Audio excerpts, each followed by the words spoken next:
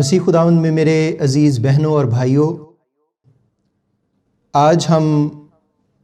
خداوند کے کلام میں سے جس شخصیت کے بارے میں غور کریں گے وہ خداوند یسوع مسیح کا رسول پالوس، اس کے بارے میں ہم خداوند کے کلام میں سے دیکھنے کی کوشش کریں گے۔ اور میرے ساتھ خداوند کے زندگی بخش کلام میں سے دیکھیے پالوس رسول کا خط رومیوں کے نام اور اس کا 8واں باب اور اس کی 31ویں آیت سے میں پڑھوں گا۔ رومیوں کا خط اس کا 8واں باب اور اس کی 31ویں آیت سے یوں شروع ہوتا ہے: پس ہم ان باتوں کی بابت کیا کہیں؟ اگر خدا ہماری طرف ہے تو کون ہمارا مخالف ہے؟ جس نے اپنے بیٹے ہی کو دریغ نہ کیا بلکہ ہم سب کی خاطر اسے حوالے کر دیا، وہ اس کے ساتھ اور سب چیزیں بھی ہمیں کس طرح نہ بخشے گا؟ خدا کے برگزیدوں پر کون نالش کرے گا؟ خدا وہ ہے جو ان کو راست باز ٹھہراتا ہے۔ کون ہے جو مجرم ٹھہرائے گا؟ مسیح یسوع وہ ہے جو مر گیا بلکہ مردوں میں سے جی بھی اٹھا اور خدا کی داہنی طرف ہے اور ہماری شفاعت بھی کرتا ہے۔ کون ہم کو مسیح کی محبت سے جدا کرے؟ مصیبت یا تنگی یا ظلم یا کال یا ننگا پن یا خطرہ یا تلوار؟ چنانچہ لکھا ہے کہ ہم تیری خاطر دن بھر جان سے مارے جاتے ہیں، ہم تو ذبح ہونے والی بھیڑوں کے برابر گنے گئے۔ مگر ان سب حالتوں میں اس کے وسیلے سے جس نے ہم سے محبت کی ہم کو فتح سے بھی بڑھ کر غلبہ حاصل ہوتا ہے، کیونکہ مجھ کو یقین ہے کہ خدا کی جو محبت ہمارے خداوند مسیح یسوع میں ہے اس سے ہم کو نہ موت جدا کر سکے گی، نہ زندگی، نہ فرشتے، نہ حکومتیں، نہ حال کی نہ استقبال کی چیزیں، نہ قدرت، نہ بلندی، نہ پستی، نہ کوئی اور مخلوق۔ خداوند کی برکت اس کے زندہ پاک کلام کے پڑھے اور سنے جانے پر ہو۔ میں ایک اور جو حوالہ ہے وہ آپ کے سامنے پڑھنا چاہتا ہوں اور اس کے بعد پھر ہم خداوند کے کلام میں سے خدا کے بندہ پالوس کی زندگی اور اس کی ساری کنٹریبیوشن کے بارے میں جاننے کی کوشش کریں گے اور خداوند کے کلام سے ہم فیض یاب ہوں گے۔ فلپیوں 3 باب اور اس کی 4 اور 5ویں آیت میں آپ کے سامنے پڑھوں گا۔ فلپیوں اور اس کا پالوس رسول کا خط فلپیوں کے نام اور اس کا 3 باب اور اس کی 4 آیت: گو میں تو جسم کا بھی بھروسہ کر سکتا ہوں، اگر کسی اور کو جسم پر بھروسہ کرنے کا خیال ہو تو میں اس سے بھی زیادہ کر سکتا ہوں۔ 8ویں دن میرا ختنہ ہوا، اسرائیل کی قوم اور بنیامین کے قبیلے کا ہوں، عبرانیوں کا عبرانی، شریعت کے اعتبار سے فریسی ہوں، جوش کے اعتبار سے کلیسیا کا ستانے والا، شریعت کی راست بازی کے اعتبار سے بے عیب تھا۔ خداوند کی برکت اس کے زندہ پاک کلام کے پڑھے اور سنے جانے پر ہو، آمین۔ خداوند کا شکر ہو، خدا باپ، بیٹے اور روح القدس کے نام سے آمین۔ میرے عزیزوں، میں جب بھی خدا کے کلام میں سے شخصیات کو دیکھتا ہوں تو مسیح کے بعد جو سب سے زیادہ مجھے نئے عہد نامے میں کوئی شخصیت ایڈمائر کرتی ہے یا جس سے میں متاثر ہوتا ہوں تو وہ شخصیت پالوس کی شخصیت ہے۔ جیسے پرانے عہد نامے میں بہت نمایاں نظر آتا ہے داؤد، لیکن داؤد کی زندگی میں بھی اس طور سے ایک واقعہ سرزد ہوا، لیکن پالوس جو ہے وہ نئے عہد نامے میں ایسا ہے جیسے کوئی مسیح کا دیوانہ ہے، کوئی مسیح کا عاشق ہے، اور خدا کی ایسی لگن اسے ہے کہ آپ جتنا اس کی زندگی کے اندر جاتے ہیں، جتنا اس کے خطوط کو پڑھتے ہیں اور جتنا جو اس نے خدا کے کلام میں کنٹریبیوٹ کیا ہے اس کو دیکھتے ہیں تو آپ ایمان میں اور زیادہ مضبوط ہوتے جاتے ہیں، آپ کی محبت، آپ کا پیار خدا کے لیے اور زیادہ بڑھ جاتا ہے۔ اور اسی شخصیت کے بارے میں ہم آج جاننے کی کوشش کریں گے۔ جیسے ہم نے جو فلپیوں کے خط میں دیکھا کہ وہ جو ہے ایک عبرانی جو نسل کا بندہ ہے، اور اس کے بعد وہ بنیامین کے قبیلے سے ہے۔ یہ بنیامین کا قبیلہ جو ہے یہ اسرائیل میں سب سے جو چھوٹا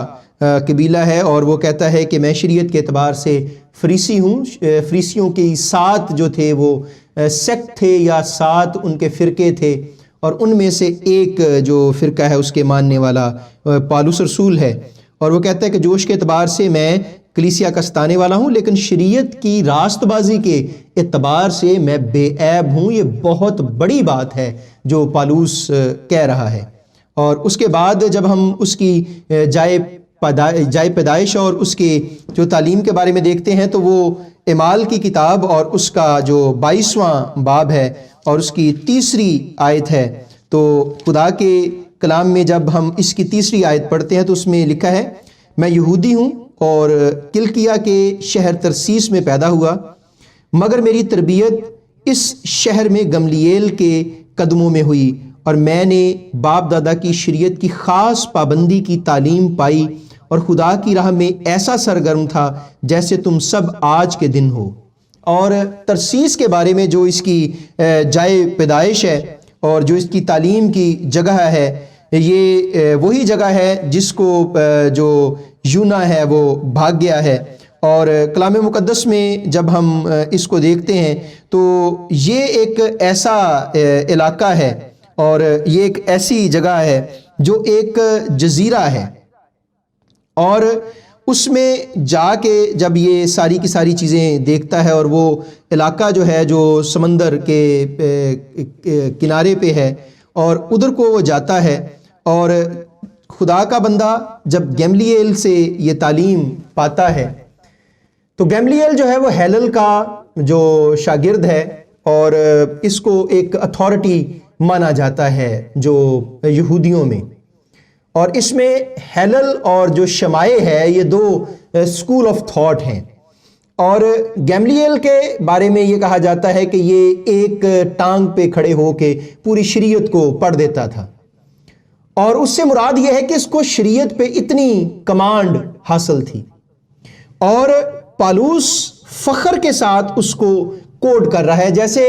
ہم کہتے ہیں کہ جی ہم آکسفورڈ یونیورسٹی سے پڑھے ہوئے ہیں، ہم ہارورڈ یونیورسٹی سے پڑھے ہوئے ہیں، یا کوئی بھی دنیا کی جو بڑی یونیورسٹی یا کوئی بھی ایسی پرومیننٹ یونیورسٹی ہوتی ہے تو ہم اس کا نام لینا بہت فخر کی بات سمجھتے ہیں۔ تو ایسے ہی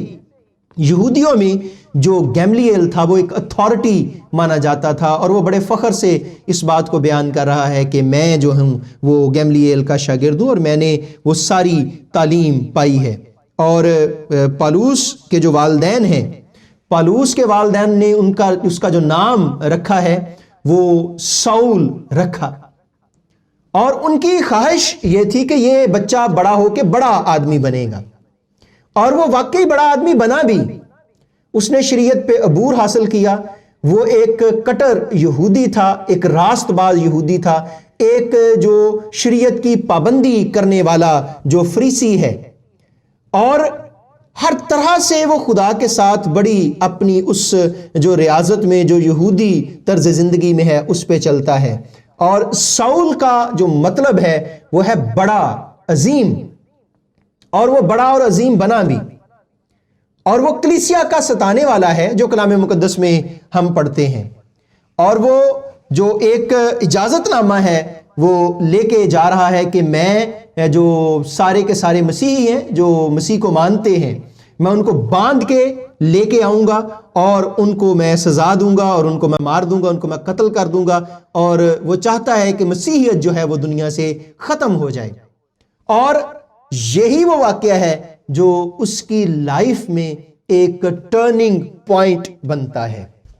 اس کی پوری لائف کو، اس کی پوری لائف کی ہسٹری کو چینج کر کے رکھ دیتا ہے۔ اور یہ واقعہ ہم سب جانتے ہیں، اعمال کی کتاب اور اس کا جو 9واں باب ہے اس میں ہمیں ملتا ہے کہ وہ دمشق کی راہ کو جا رہا ہے، اور جب دمشق کی راہ کو جا رہا ہے تو وہاں پہ اس پہ نور چمکتا ہے، اور اس میں سے آواز ایک آتی ہے۔ وہ آواز کیا ہے کہ اے ساؤل، اے ساؤل، تو مجھے کیوں ستاتا ہے؟ اس نے پوچھا، ہے خداوند تو کون ہے جسے میں ستاتا ہوں؟ تو اس نے کہا کہ میں یسوع ہوں جسے تو ستاتا ہے، مگر اٹھ، شہر میں جا، اور جو تجھے کرنا چاہیے وہ تجھ سے کہا جائے گا۔ جو آدمی اس کے ہمراہ کھڑے تھے وہ خاموش کھڑے رہ گئے، کیونکہ آواز تو سنتے تھے مگر کسی کو دیکھتے نہ تھے۔ اور اس کے بعد جب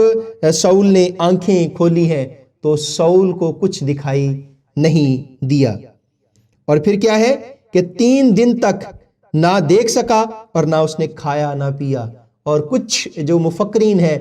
وہ یہ کہتے ہیں کہ خدا نے اپنی جو موت کا، تسلیب کا جو ایکسپیرینس ہے وہ ساؤل کو کرایا، جو 3 دن اور رات خدا یسوع مسیح قبر میں رہے، تو اس کو وہ ایکسپیرینس خدا یسوع مسیح نے کروایا کہ میں کیا ہوں۔ اور اس کے بعد پھر اس کو جو ہے حننیہ کے جو دمشق میں ایک شاگرد ہے اس کے ذریعے سے شفا ملتی ہے، تو پھر خدا اس کی آنکھوں کے چھلکے اتارتا ہے، اور جب اس کی آنکھوں کے چھلکے اتارتا ہے تو پھر خدا اس کو وہ آنکھیں دیتا ہے جو اس کے پاس پہلے نہیں ہے، اور اس کو وہ دکھائی دیتا ہے جو اس کو اسی شریعت میں گیملیل سے پڑھنے کے باوجود اسے دکھائی نہیں دیتا۔ خدا اسے وہ آنکھیں دیتا ہے جس کے ذریعے سے وہ اس شریعت کی کتاب کو دیکھتا ہے، اور پھر جو تشریح پالوس نے کلام مقدس میں کی ہے وہ تشریح ہمیں اور کہیں نہیں ملتی۔ جو وضاحت اور جو الہیات کی باتیں پالوس نے کلام مقدس میں کی ہیں وہ ہمیں کہیں اور نہیں ملتی، اور جو خدمت پالوس نے مسیح کی ہے وہ ہمیں کسی اور کی زندگی میں نہیں ملتی، اور جو کنٹریبیوشن پالوس رسول نے بائبل مقدس میں کی ہے وہ کسی اور نے نہیں کی۔ تقریباً 13 سے جو 14 جو خطوط ہیں وہ ہمیں کلام مقدس میں ملتے ہیں، جو سب سے بڑا حصہ ہے پیدائش سے لے کے اور مکاشفہ تک کسی بھی رسول کا، کسی بھی پیغمبر کا، جو پالوس نے ادا کیا، اور جو کچھ پالوس نے کیا وہ آج تک اس کے پائے کا کوئی اور نہیں کر سکا۔ جو نظام دیا چرچ کا وہ پالوس نے دیا۔ جب وہ آیا مسیح میں تو پھر اس نے ایک بالکل ہی اپنی زندگی میں جس طریقے سے وہ مارنے کے لیے ایک جو شیلا ہے، پھر اس کے بعد وہ مار کھانے کے لیے جو شیلا ہے، اور پھر جو کلام مقدس میں ہم نے حوالہ پڑھا ہے کہ مسیح کی محبت سے ہمیں کون سی چیز جدا کر سکے گی، یہ مین جو رومیو کے خط کے 8ویں باب کا حوالہ ہے وہ رہے گا۔ اور پھر اس نے جو نظام دیا مسیحیت کو، وہ نظام آج ہماری مسیحیت کی بنیاد ہے۔ آپ دیکھیں کہ اس نے پورا جو چندے کا سسٹم ہے وہ دیا، اور چرچ کا جتنا سارا سٹرکچر ہے وہ ہمیں پالوس کے گرد گھومتا ہوا نظر آتا ہے۔ جو پہلی چرچ کمیٹی بنی اس کو تشکیل دینے والا پالوس رسول تھا۔ جب ایک مسئلہ بن گیا تھا بیوہ عورتوں کے جو سارے کے ساری چیزیں دینے کا، یا آپ اسے آج کی زبان میں سمجھیں تو ان کا جو خرچہ ہے یا راشن ہے، تو پالوس نے کہا ہمارا کام خدا کی خدمت کرنا ہے، ہمارا کام یہ نہیں اپنے میں سے کوئی نیک نام جو بندے ہیں وہ چن لو، اور وہاں سے کمیٹی کی بنیاد رکھی گئی۔ پالوس وہ پہلا بندہ بنا جس نے چرچ کی بنیاد رکھی۔ پالوس وہ پہلا بندہ ہے